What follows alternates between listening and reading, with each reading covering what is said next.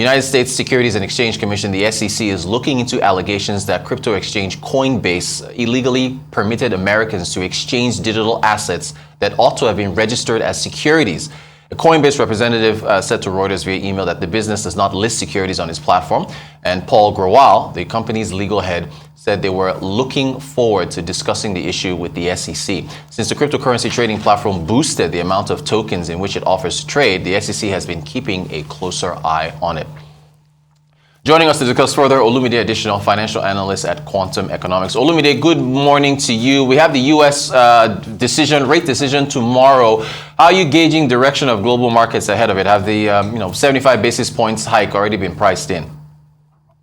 Yeah, we're seeing the markets being very nervy already. Investors are seeing recording sell-offs as it's pushing towards the US dollar as a safe currency. And that's because the dynamics is that market liquidity might dry out, knowing fully well that the US Fed has no choice than to be aggressive to tackle high inflation. So right now we saw sell-offs in the market despite earnings seasons in US stock markets. We saw moderation, and we saw that stocks that had quite questionable fundamentals were highly punished. Snapchat was and until UBS, like you rightly mentioned. So it's really a very nervy market at the moment. Indeed. We're seeing lots of dollar strength, though. How are you assessing currencies this week? Yeah, the US dollar is rallying on top because, like you rightly said, the US Fed is aggressively going to increase interest rates. So we're seeing record cash flow into the world's biggest economy, and that has really dampened many emerging markets, including advanced countries like the euro and the British pound trading close to a 52-week low. Emerging markets like the unfortunate markets that include Nigeria and South Africa also are suffering from the high borrowing cost because of the strong US dollar, and that also has really exacerbated the market liquidity crunch in those markets. So pretty much the US dollar is really rallying above its 2-decade high and still stays higher amongst its peers. Oil prices are up. Is this more of the same volatility for oil?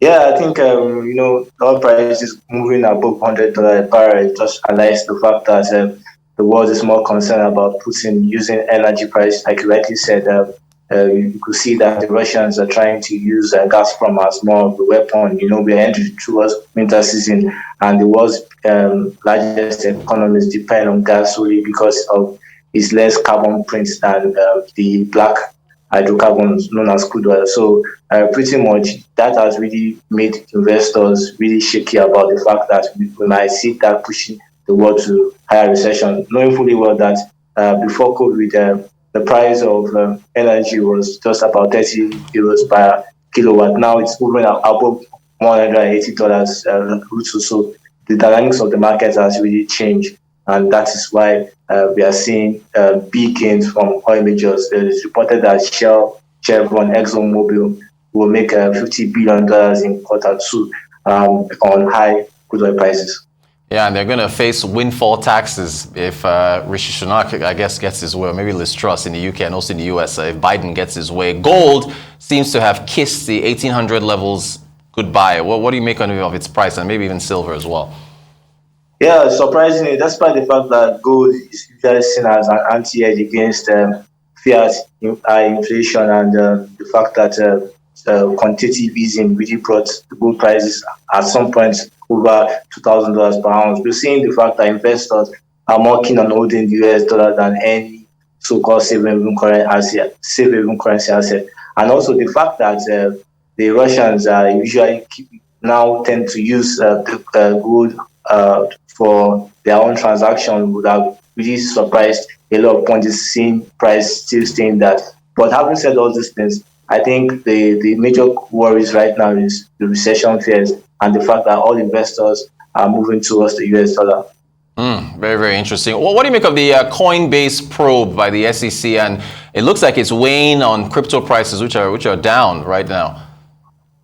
Yeah, the issue has always been the fact of its crypto assets. Are they commodities or securities? And we saw what is found out with XRP, where the world's most valuable crypto exchange, that's Coinbase, had to delist late I think some years ago, and that really weighed into the market value of XRP and also the dynamics of Coinbase. So I think this is a very big one. But going forward, I think US regulators have really highlighted the fact that most crypto assets would be categorized as commodities, including Bitcoin. And that was why the excitement was when we saw Bitcoin rally above $20,000. But this news, where some crypto assets, particularly about 6, were tagged as securities, really highlights the fact that the Security Exchange Commission is taking these things very serious and more concerned about investor safety than just the crypto industry's upside.